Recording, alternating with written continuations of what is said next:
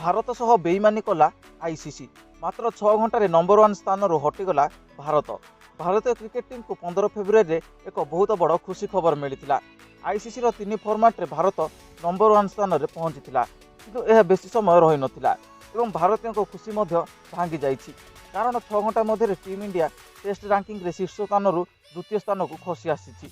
एमितिरे भारत जो number 1 team बनी गोटे दिन पूरण हो पारि नाही।